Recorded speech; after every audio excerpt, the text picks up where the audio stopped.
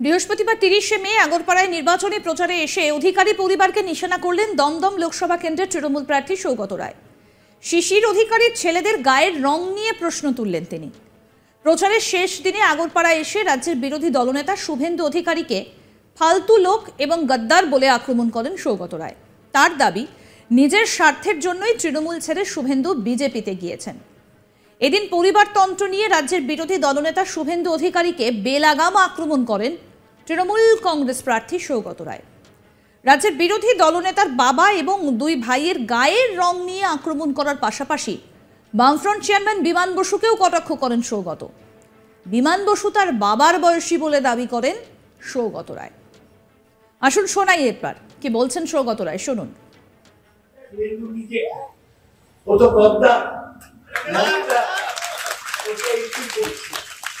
ওরা পরিবারতন্ত্রের বিরুদ্ধে বলে, শুভেন্দু নিজে ওর দুই বাপ আর দুই ভাই তাদের শুভেন্দু যখন মুক্তি ছিল তখন ওর বাপ শিশির এমপি ছিল, ওর একটা ভাই দিব্যেন্দু সে সন্ধ্যে থেকে মদ খেয়ে থাকে।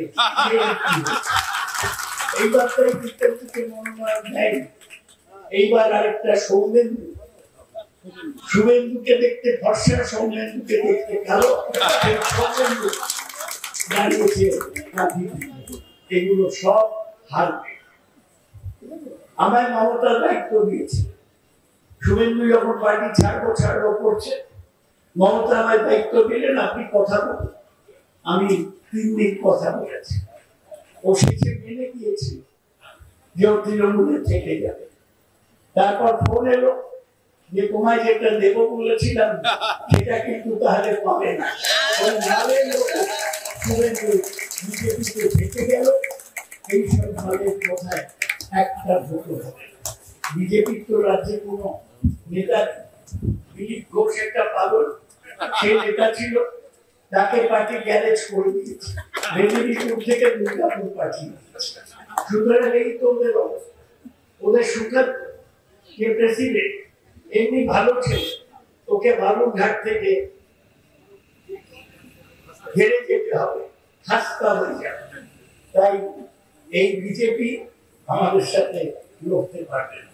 আর সিপিএম তাদের নেতা বিমান ঘোষ, আমার বাবার বয়স, আমার ৭৭ বছর, বিমানদার ৮৫ বছর। এইসব লোককে দিয়ে ওরা বলছে লাল ফেরাও, হাল ফেরাও, কে ফেরাবে?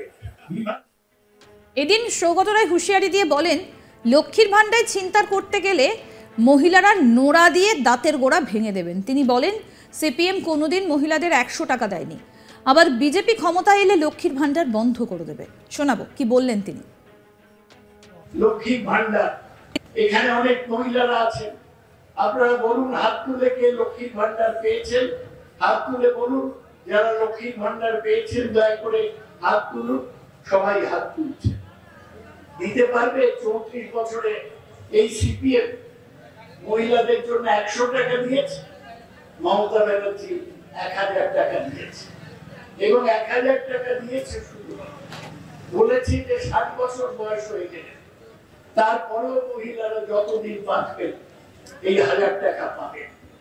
বিজেপি যদি, সিপিএম তো করেনি, আর বিজেপি যদি বেশি ভোট পায় তাহলে বিজেপি লক্ষ্মীর ভাণ্ডার বন্ধ করে দেবে। এই বাংলার মায়েদের থেকে কেউ লক্ষ্মীর ভাণ্ডার ছিনতাই করে নিতে গেলে মহিলারা নোড়া দিয়ে তাদের দাঁতের গোড়া ভেঙে দেবে। এটা মনে রাখবে। ভারতবর্ষের সামনে মূল প্রশ্ন যে যদি মোদী আবার ক্ষমতায় আসে তাহলে দেশে গণতন্ত্র থাকবে না।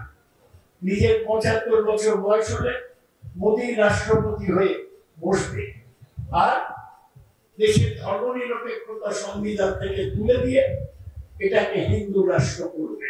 আমরা এটা হতে দেব না।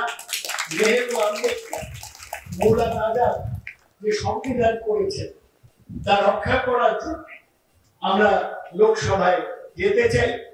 ওদের যে কোনো সংবিধানকে বিকৃত করার প্রচেষ্টাকে আমরা যে কোনো মূল্যে আজকে দেশের অবস্থা পাল্টাচ্ছে।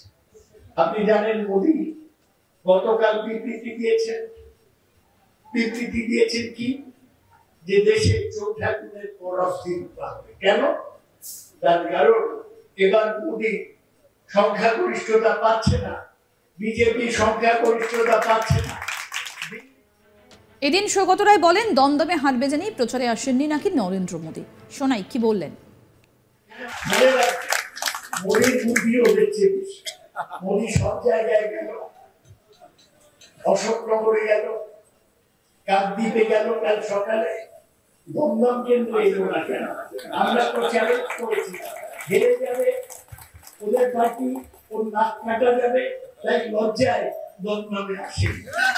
আগে তার প্রধানমন্ত্রী এসছিল কে? একটা অর্বাচীন শুভেন্দু, এক আরো অর্বাচীন গোলা কৌশিকে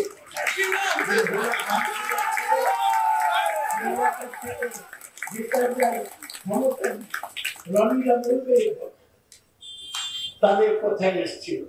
শুভেন্দু নিজে ও তো গদ্দার, ওরা পরিবারতন্ত্রের বিরুদ্ধে বলে। শুভেন্দু নিজে, ওর দুই বাপ আর দুই ভাই, তাদের শুভেন্দু যখন মুক্তি ছিল তখন ওর বাপ শিশি এমপি ছিল, ওর একটা ভাই দিব্যেন্দু, সে সন্ধ্যে থেকে মদ খেয়ে থাকে। এইবার তাই দিব্যেন্দুকে মনোনয়ন দেয়। এইবার আরেকটা সৌমেন্দু, শুভেন্দুকে দেখতে ফর্সা, সৌমেন্দুকে দেখতে কালো, সৌমেন্দু দাঁড়িয়েছে। এগুলো সব হারবে। আমায় মমতার দায়িত্ব দিয়েছে। শুভেন্দু যখন পার্টি ছাড়বো করছে, মমতা আমায় দায়িত্ব দিলেন আপনি কথা বলুন। আমি 3 দিন কথা বলেছি, ও শেষে মেনে গিয়েছি যে ও তৃণমূলে থেকে যাবে।